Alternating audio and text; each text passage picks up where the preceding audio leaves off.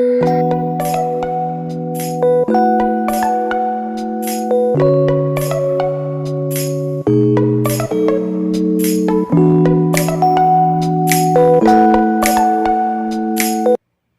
pesar de ser Abraham el elegido de Dios, se hace bendecir por Melquisedec, un representante de los pueblos paganos, como será el caso de los magos en Mateo 2.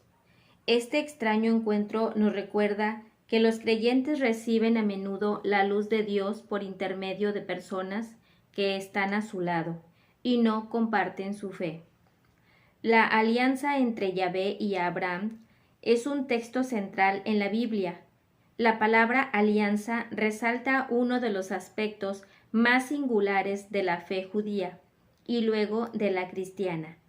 Aunque es muy poco lo que podemos suponer del misterio de la eternidad, la Biblia repite que Dios no es un gran soberano ni un principio filosófico, ni somos atraídos por el misterio de lo infinito.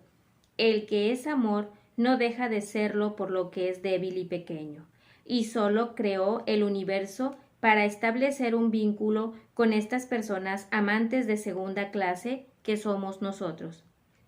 La alianza es el vínculo que prepara ya desde ahora la unión de Dios y de los suyos en la eternidad. Alianza de Dios con los que lo conocen y lo aman. Alianza de Dios con un pueblo aparte, al que se reveló y al que le concede una misión especial para el bien de todos.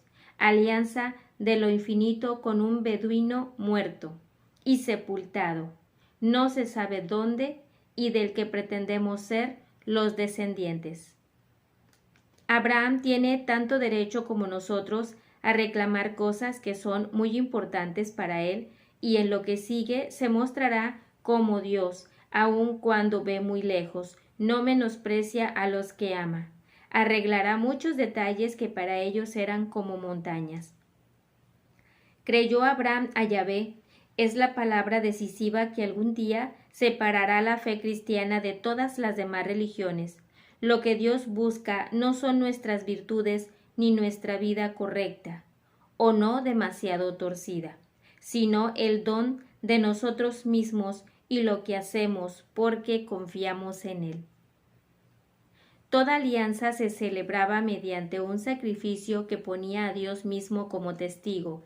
Se partían en dos a los animales y los dos contratantes pasaban por el medio. Abraham llevó a cabo el rito. ¿Qué iba a hacer Dios?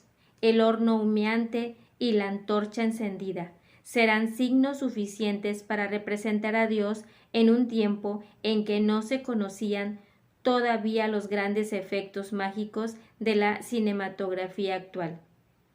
Algún revisor de tiempos posteriores quiso precisar que si bien Dios hizo una alianza con Abraham ese día, había que contar con el tiempo para que se produjeran los cambios históricos. Además, le parecía necesario justificar la conquista de Canaán con sus masacres. Aunque la conquista de Canaán pudo postergarse varios siglos, era necesario que Abraham tuviera un heredero antes de que muriera. Abraham necesitaba una mujer que pudiera tener hijos, y las costumbres de los amorreos ya había previsto casos semejantes. Su mujer legítima, Sara, comprará una esclava y la pasará a su marido. Una vez detestado el hijo, la esclava será despedida y el hijo pertenecerá a su patrona. Ismael será considerado como el antepasado de los árabes cuando el Corán tomara algunas páginas de la Biblia dándoles una nueva interpretación. Hará de Ismael el verdadero heredero de Abraham, pero sobre todo pasará en silencio la promesa y su fe, y solo verá en Abraham al profeta del Dios único. En este lugar, el autor quiere explicar el origen del nombre de un pozo llamado Lahai Roi, nombre que podría significar algo así como el viviente que me ve, y al mismo tiempo afirmar que Agar ha descubierto al que la veía. aunque se trate solo de un detalle en la historia de los patriarcas. Aquí aparece por primera vez lo que será un dato relevante de la revelación bíblica. El creyente o el apóstol solo serán fuertes cuando hayan tenido la experiencia del Dios que es viviente y que ve. Y no está mal que sea Agar la que hace este descubrimiento, pues se trata de una mujer esclava de la que echaron mano para dar un hijo al patriarca, o la mujer que se manda al desierto, según otro relato en Génesis 21:8. Su fe descubre lo que no veía Sara, la esposa de pleno derecho y que será la madre del pueblo escogido. Sara lo ha sido sin ningún mérito por su parte, y no ha hecho más que reírse de ello. Esto lo vemos en Génesis 18:12. Este capítulo es una nueva versión de la alianza entre Yahvé y Abraham. Fue compuesta mucho más tarde, cuando la religión otorgaba prioridad a los ritos que distinguían al pueblo judío de los demás pueblos. La circuncisión significaba, como nuestro bautismo, la incorporación al pueblo de Dios. Abraham significa padre venerado y Abraham padre de una muchedumbre. Al cambiar Dios el nombre a su servidor, le concede de que empiece una vida nueva de acuerdo con lo que ese nombre nuevo significa. De igual manera procederá Jesús con Pedro, en Juan 1:42. Este rito obligatorio de la circuncisión encerraba una verdad muy profunda. La naturaleza es buena, pero ha pasado a ser instrumento de una enajenación. Esto lo vemos en Romano 8:20. Cuando hablamos de naturaleza y natural, lo que entendemos por estos términos depende de la cultura y de la educación que se posee, y que a su vez están afectadas por la ceguera y la rebeldía con relación a Dios. Un corte es siempre necesario. Los profetas enseñarán que lo importante es la circuncisión. Los bautizados deben convertirse poco a poco y la renuncia a tantas cosas que serían normales para los demás pueden aparecer a veces como una mutilación, a pesar de que sitúa al creyente en un camino de mayor exigencia. Esta escena ha conservado toda la frescura de la tradición primitiva. Al nómada le encanta recibir a sus visitantes como enviados de Dios, y en esta ocasión los ángeles de Dios se presentan como viajeros.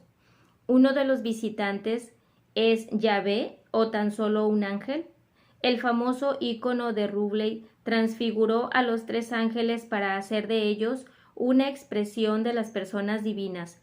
Con eso reflejó la tradición cristiana, que siempre ha pretendido ver en las pequeñas contradicciones del relato una invitación a reconocer en él la figura del Dios único en tres personas.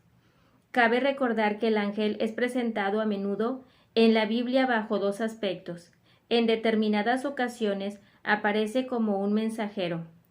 En hebreo, mensajero es el término con que se designa a los ángeles, y en otras como una presencia velada de Dios.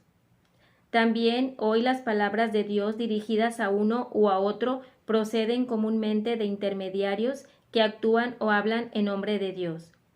La risa de Sara, en cierto modo, realza la fe de Abraham, que cree en lo que parece imposible, mientras que su mujer está convencida de que es imposible.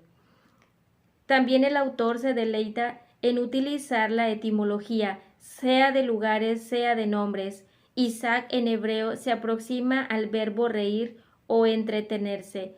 Esto explica la risa de Abraham en 17:17, la de Sara aquí y en 21:6 y la burla de Ismael en 21:9. Pero lo esencial es lo que no se repite aquí. Dios había prometido un hijo y quiso darlo él mismo a su hora y a su manera. Pero el heredero de Abraham no sería ya como Ismael, un hijo por transacción. El hijo de la esclava obtenido a través una astucia jurídica, sino el que se debería solo a él, el hijo de la promesa. La verdadera descendencia de Abraham no será cuestión de raza, sino más bien una descendencia espiritual. La promesa de Dios será para quienes, como Abraham, han creído y han renunciado a sus seguridades para cumplir su misión, poniendo toda su confianza en la palabra de Dios. Abraham ha recibido su recompensa, pero parece que no le presta atención y solo piensa en salvar a los pecadores. Abraham, el beduino, se encuentra en su rol cuando regatea con Dios, pero se nota que los une con una secreta complicidad. La oración de los amigos de Dios es muy poderosa, lo que no impide, sin embargo, que Dios retenga lo que no quiere dar. Nunca le impedirán que sea justo. Ya al comienzo del Antiguo Testamento, en que tantas páginas hablan de juicios y castigos, se afirma nuevamente que la misericordia de Dios domina la historia de los hombres pecadores. No quiero la muerte del pecador, sino que se convierta y viva.